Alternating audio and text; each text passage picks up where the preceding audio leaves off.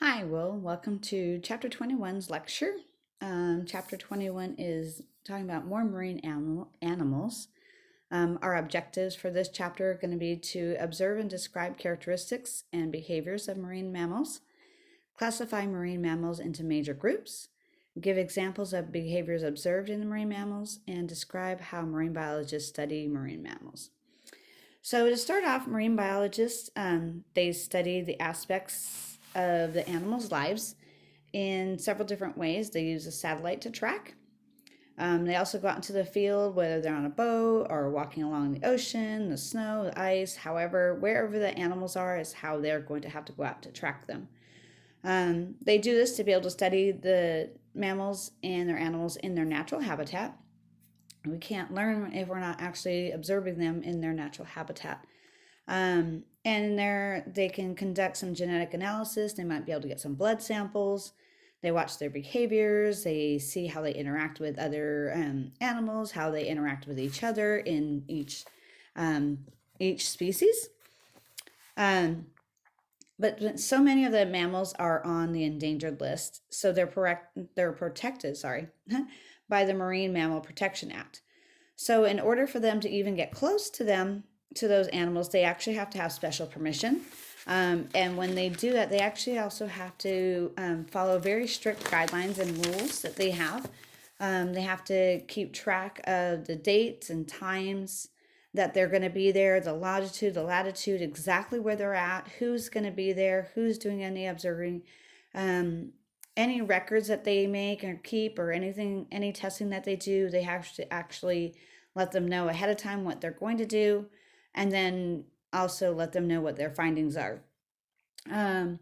So they can record other information like the different tests and the measurements that they're used. So all of that information gets back to the marine mammals and everybody else.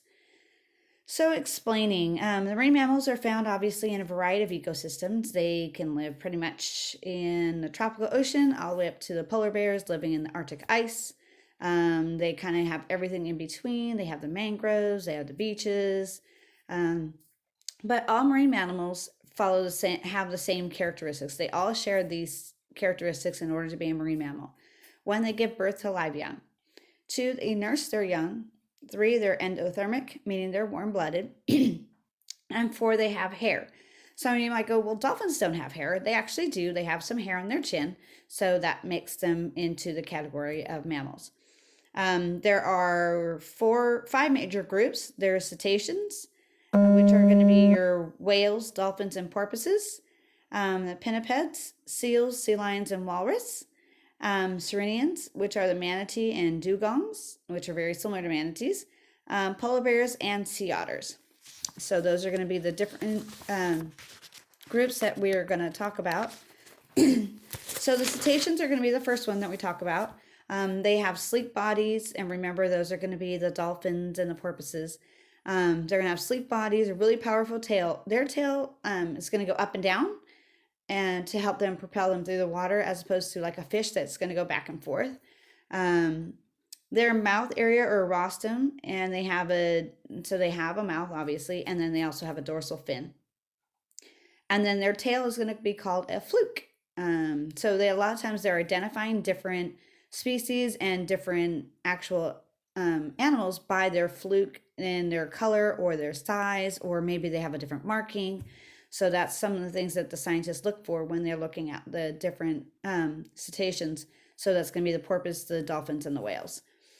They also have to breathe voluntarily. So they breathe through a blowhole. That's why we see that coming out. And then they have to come to the surface, obviously, to breathe. They obviously don't have much hair like we do, or like most other mammals do. And they actually have a large layer of blubber or fat to be able to help keep them warm. There's going to be 2 major groups of cetaceans. One is going to be a toothed whale, and the other is going to be a baleen whale. Within the group of the toothed whale are going to be dolphins, porpoises, beluga, killer, and sperm whales, and they're going to eat fish and squid, and they use sound to echolocate and navigate and communicate. So the echo sound is going to be when they're making noises and how it bounces off of different things, so it kind of echoes back to them. Some species of dolphins, like the pink dolphin, they actually live in the freshwater. So they're an aquatic mammal, but they're not a sea mammal, so or marine mammal. So that's kind of a difference, even though they are part of the dolphin family. And then the second group are the baleen whales. They're the ones that actually have the baleen for their teeth, so they're going to strain their food, and they're going to kind of go into groups. So they like krill and shrimp and small schools of fish and squid. So that's what they're going to eat. And these are going to be the blue whales, the humpback, gray, and fin whales. So the NOAA describes the fact that there are 11 species of baleen and 67 different species of toothed whales. So the behaviors are going to vary, just kind of like we do. Our behaviors vary as people, so they're going to vary quite a bit also. Like the spinner dolphins, they actually like to swim in very large pods, and they're very active and they're very playful. They go up and they come out of the water and they actually spin quite a bit. And then you have blue whales that like to kind of either be alone or in one other whale, and they actually, that's how they survive. You're either in a pair or they're by themselves. And then we have our harbor porpoises that like very shallow waters. And then we have our sperm whales that like to really dive down deep and go and to chase their favorite food, which is squid. The way they all communicate is using like a click or whistle or groans. And a lot of times they can be heard over long periods of long distances. That's why when there's a lot of boats in the ocean, it disturbs them because they are hearing other sounds that kind of maybe muffle or disrupt their sound, so that may cause problems within their groups. The next one are going to be the pinnipeds. Obviously they're going to be more like the seals. Pinniped meaning they have their two fins, so they're kind of unique because they come on land to give birth, and then they also nurse their young. They're much more agile in the water than they're on land. They look kind of awkward when they're trying to walk on land. They have front and back flippers to actually help them. They live in a wide range of environments also. The leopard seals like the ice Arctic, and then the ribbon seals like the Arctic. And then we have our Hawaiian monk seals that obviously like the reefs and the beaches, and they like a little more warmth in their area. There are three different groups. You have the eared, the true, and then the walrus. Okay, so the eareds are going to be like seals with fur and sea lions, and they actually have little ear flaps on the outsides. They use their front flippers to walk on land, and they kind of twist their back limbs to be able to go. And those are going to include the California sea lion, the Steller sea lions, and the fur seals. True seals are going to move on land by flopping on their bellies. So that's kind of what we think of when we think about a seal or a sea lion. They kind of flop around. And those are going to include the Hawaiian monk seals, harbor, and ring seals. And then we have the walrus. And how do we know it's a walrus? Well, because they have tusks. And these were actually hunted for their tusks, but no longer are they hunted very often. Some people still will, but not nearly as much. They use those tusks to dig up shellfish and to break through the ice. And they also have very little hair. If you notice, they actually have a lot more blubber. They're very fat to be able to keep them warm in the cold, icy waters. Many pinnipeds will like relax, or what they call a haul out, in big, large groups or colonies. And when the moms give birth to pups, it's kind of a safety issue. That way, when predators try to come, there's a bigger group of them to help protect. Or when they're all molting in their skin, so they're much more sensitive when they molt because they don't really have fur or skin on them, and it's all new. Think about like when you get a sunburn and you peel, that skin is really sensitive. So that's kind of something different that they have to pay attention to. And then you have your north elephant seals undergo a period where they actually lose their whole layer of top skin and hair. So they're really sensitive during those areas to predators, which can be really dangerous for them. Haul-outs can also be kind of dangerous for different seals, because that's where fights can occur. So if they're fighting over a mate or fighting over food, or something might be happening, or a scuffle happens, a lot of times it's on one of the haul-outs, and you'll see them making really noise. They can be really noisy and boisterous. Sometimes they actually can lead to death, and they will kill one another for that mate, but hopefully not. But it does happen. Part of our nature, right? The next ones we're going to talk about are the sirenians, which are manatees and dugongs. Dugongs are found in the Indo-Pacific, shallow waters, East Africa, South Pacific, and Australia. And manatees live both on both sides of the Atlantic in shallow waters, and then also near West Africa, in East South America, the Caribbean, the Gulf of Mexico, and southeast of the United States. They nickname these kind of the sea cows because, for one, they're vegetarians and they're kind of just big old cows, like they kind of big old organ mammals that just kind of lay around and don't really do much. And they do spend their entire lives in the water. They don't come out of the water like the pinnipeds do. Moving on to the next one are going to be the polar bears. Now, polar bears, everyone thinks, oh, they're so cute and they're so beautiful. They are beautiful animals, I think. They spend most of their time at sea or on sea ice, and that's why they're considered a marine mammal.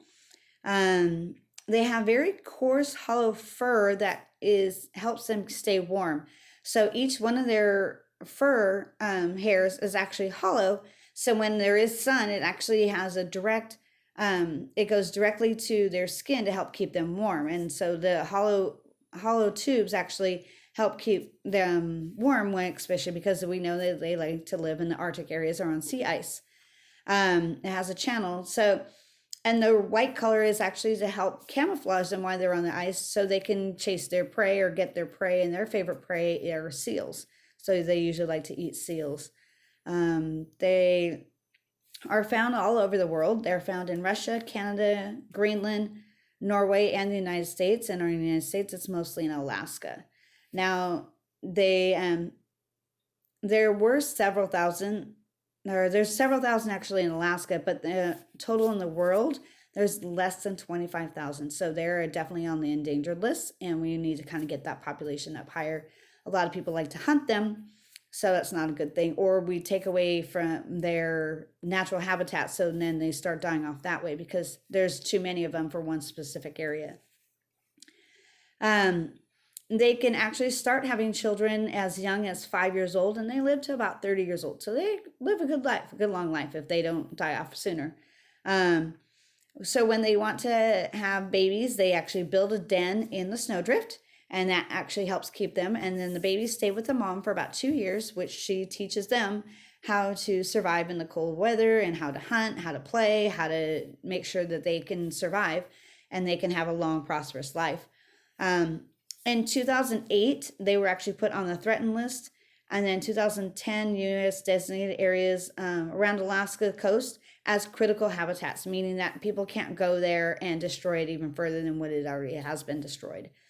Moving on to sea otters. They're more closely related to land and freshwater animals, kind of like the weasel or the river otters, than most other marine animals. Their fur is extremely dense and very water resistant. In the United States, they're found on the West Coast and kind of near Alaska. They can only hold their breath for a few minutes, but they're really good divers. That's how they catch their food, because they're quick divers, but they don't hold their breath very long. They usually eat crabs, snails, clams, octopi, sea urchins, and abalone. And usually they look really cute because they're floating on their back when they're trying to play or when they're trying to eat. That makes them a lot easier for them to eat. And they use either rocks or their teeth to help crack open like the crabs or the snails or the clams that might have a harder shell to be able to get through. They're really, really flexible. Something really, really unique about them is they don't have a collarbone. Like, you can actually feel our collarbone and it restricts us from doing certain movements. Well, they don't have a collarbone. So it allows them to kind of like twist and go into the kelp and kind of twist around and get in and out of the kelp really easily. It also allows them to preen themselves or to clean themselves on their whole body. They're able to get to everywhere on their body because of their flexibility. Their hind limbs are kind of like flippers, which helps propel them and swim when they're trying to catch their prey and when they're trying to eat. The adult females can weigh about 44 to 66 pounds. That's pretty big. That's pretty heavy. It's like a small child. So they can be kind of careful when you see them and don't think, oh, they're just so cute and little. Some things to observe when you're observing marine animals, some things to think about. Some rules of thumb with not only marine animals, but pretty much all wildlife. One, never touch or handle them or try to ride them. Do not try. you guys, you can really destroy them if you do. Think of, you could have bacteria on your hands or whatever and not even know it and transfer it to them, and then you're killing off a whole breed or a whole section or a whole family or whatever else is going on. Number two, do not feed wild animals. For one, you don't know what their normal feeding is. Even if you do, when you're touching something, again, you can contaminate it. Think about like what's going on with this coronavirus. I mean, so many things can get contaminated so easily and we don't even know it. Think about like metal, it stays on metal for hours or wherever it stays in craziness. So really think twice, or actually don't feed animals at all, any one type of wild animals, because for one, you don't know really what they should be eating, and then also you might be disrupting their normal food habits of what they're eating. The other third rule is do not chase a wild animal. Whether you're in a car, on a boat, or running on land, whatever, do not chase a wild animal. For one, it stresses them out a lot. And then the other problem is what happens if they turn and come back at you? And then you're out of luck because you're not going to be able to get away from them fast enough, more than likely, if you're right on them. Also, don't stress them out, and because that can cause them unnecessary problems. It can cause them death, cause other issues. So those are some things to think about, whether it's a marine animal or any other wild animal. You guys stay away from them. Try to stay about 50 yards away.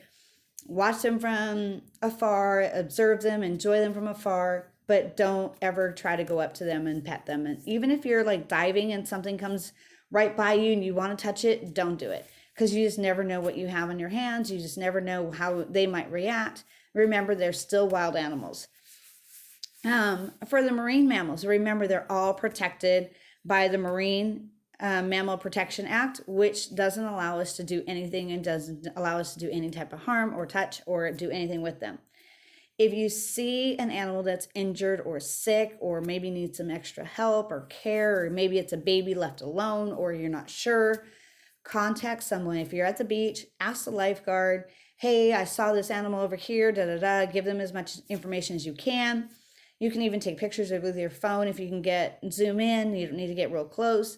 But sometimes parents will leave their young to go get food and then they come back, and if they have human scent on them, a lot of times they will either kill the baby, or they may no longer take care of that child because there's a different scent on them. It's not their scent. So sometimes that can happen too, and you don't want that to happen. You want professionals to be able to take care of them. And if you're out somewhere where there is absolutely nobody else, unfortunately, we kind of got to let nature take its course. But that's going to be best to see what's happening and not trying to intervene unless, I don't know. There's very few times where we should really intervene. We got to let the professionals do it because we don't know what's going on with that particular animal or what's going on. Because what happens if they give you something and then now all of a sudden you're infected with something and you don't know how to handle it, or you can't be around a doctor to help fix it. So that is it for chapter 21. I will be posting your work on very shortly. This weekend I'll probably put it up and then open it up on Monday. You guys, great job in most of you doing your work and doing as I asked. I know this is unprecedented times. I know it's not easy. But I miss you guys a lot, and try to enjoy yourselves as much as you can with your family. Find some good things in our lives. Try to stay healthy. Most importantly, stay home. Keep your circles really small. If you're having to go to work because of whatever reason you are working or your parents are working or whatever, please just make sure you're sanitizing, you're keeping clean, you're keeping your distance, even from your family. I know it's hard. I know it sucks, because trust me, it sucks for me too. But you guys, this is really what we need to do to make it go away faster than what it is. And I miss you guys a lot. So make sure you're taking care of yourselves. All right. See you next time. Bye.